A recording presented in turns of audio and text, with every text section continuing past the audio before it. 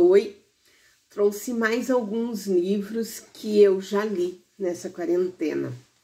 Mas este bolinho aqui, que eu quero dizer para vocês como é que eu achei. Eu li esses dois. Esse eu reli, que é o Bocas do Tempo, e este eu conheci, que é o Caçador de Histórias. Os dois são do Eduardo Galeano.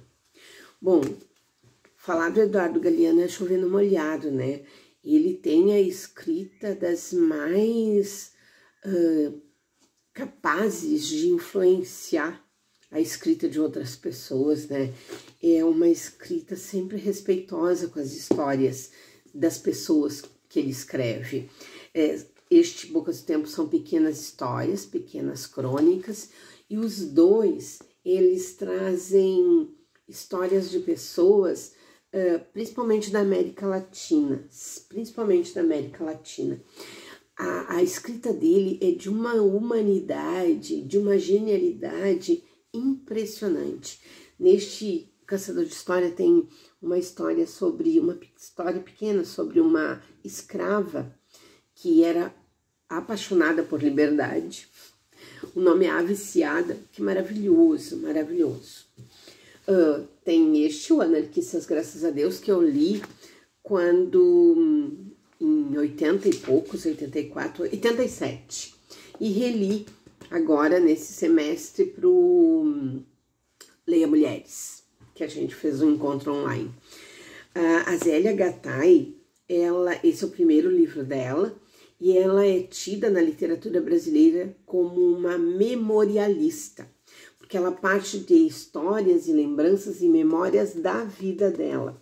Trata da família dela, uma família de imigrantes italianos que vieram para o Brasil com todas as suas dificuldades de viver num país diferente, né? E querer com o sonho de implantar uma comunidade anarquista no Brasil, no começo do século XX. É maravilhoso. Tem que é A Cama na Varanda, arejando nossas ideias a respeito de amor e sexo. Quem escreveu foi Regina Navarro Lins. Para quem não lembra, a Regina, ela fazia algumas participações naquele programa da Globo, Amor e Sexo. Ele trata, assim, ela parte das experiências, né, da vida pessoal e da vida profissional dela. Ela é psicanalista e sexóloga. E ela chegou à conclusão de que a maior parte dos problemas das pessoas tem a ver com as suas questões afetivas e a sua vida sexual. E aí ela faz todo um estudo sobre como o patriarcado nos impôs questões e comportamentos, padrões tradicionais, e que isso fez toda a diferença na nossa vida. Então ela fala de casamento, história, ciúme, o amor romântico e como os contos de fada, por exemplo, influenciaram nessa concepção de amor. Fala de masturbação, e aí ela chega numa questão muito controversa, que é a questão do poliamor. Vale muito a pena ler, mesmo que se discorde de algumas coisas. Tem que é poesia, o Sopapo Poético, que é pretessência. Este livro, o Sopapo Poético, é um sarau de poesia negra que acontece em Porto Alegre desde 2012. Em 2016, eles lançaram, são vários autores negros que lançaram este livro de poesia, e eu quero ler duas. A primeira é da Ana dos Santos, que é uma professora negra que mora em Porto Alegre. Os meninos engraxates não usam sapatos, isso é fato. Que nossa falta de tato não nos deixa perceber a falta do sapato, a falta do afeto. A graxa do sapato é da cor do menino e o brilho do lustre reflete na sua face. Enquanto lustra o sapato, ele pensa que não há sapatos para calçar, e aquele que está lustrando não é o seu número, não é o seu número. Outra que eu vou ler é da Fátima Farias. Cadê? Aqui. Meio tarde, meio-dia.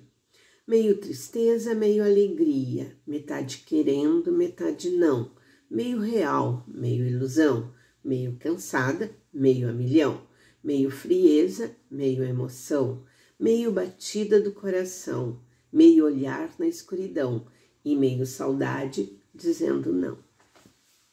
Maravilhoso.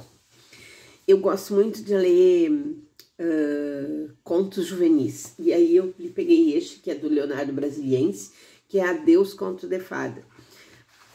Conto de Fadas.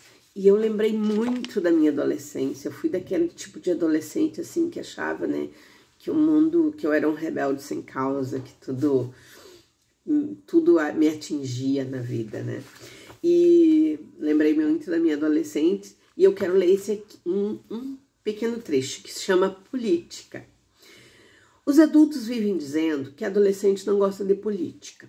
Será que é questão de gosto?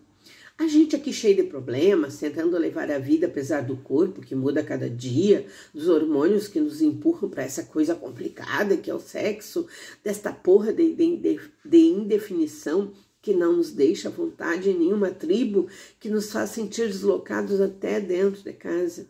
E eles ainda querem que se pense no futuro do país? Será que são tão incompetentes que não se dão conta, que não dão conta do recado sozinhos? Afinal, estudaram tanto e amadureceram tanto, por quê? E por último, e não menos importante, Carcereiros, do Drauzio Varela. Esse aqui é uma coleção. O Drauzio, bom, todo mundo conhece, né? O Drauzio é uma pessoa maravilhosa e ele conta aqui da história, um pouco da história dele, nos quase 3 décadas de experiências como médico nos presídios do Brasil. E lá ele foi, junto com os presidiários, ele acabou encontrando e se aproximando dos agentes penitenciários.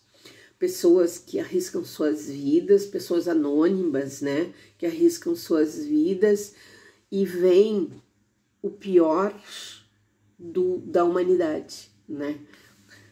E ele conta aqui tanto a história dos carcereiros, que é misturada com os crimes das pessoas, dos presidiários que estão lá, né.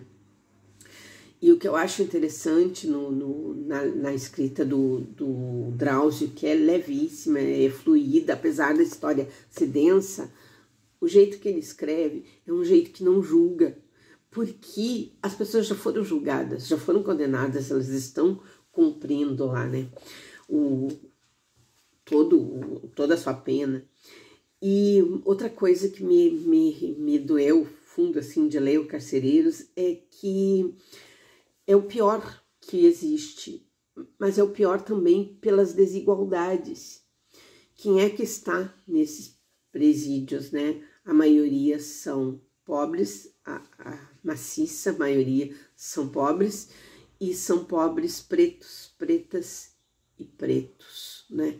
E como a sociedade doente gera isso, e como a desigualdade gera violência, e como a sociedade fecha os olhos para não enxergar, né?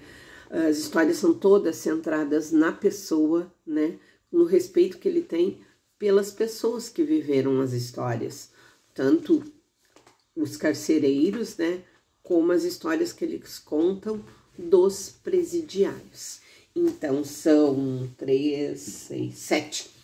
Foram 7 agora. São livros maravilhosos, diversos, porque eu gosto da diversidade. Não gosto da rotina nem para literatura. Espero que gostem. Beijo. Leiam!